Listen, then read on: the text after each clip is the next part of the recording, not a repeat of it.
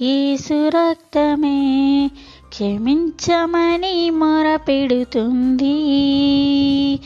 ఏబేలు రక్తమే శిక్షించమని మొరపెడుతుంది.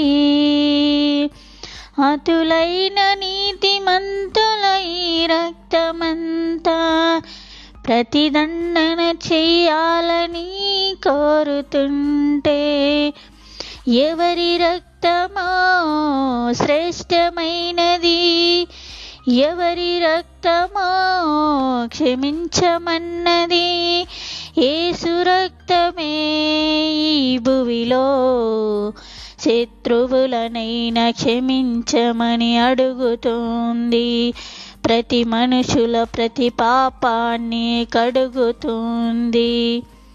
యేసు రక్తమే క్షమించమని మొర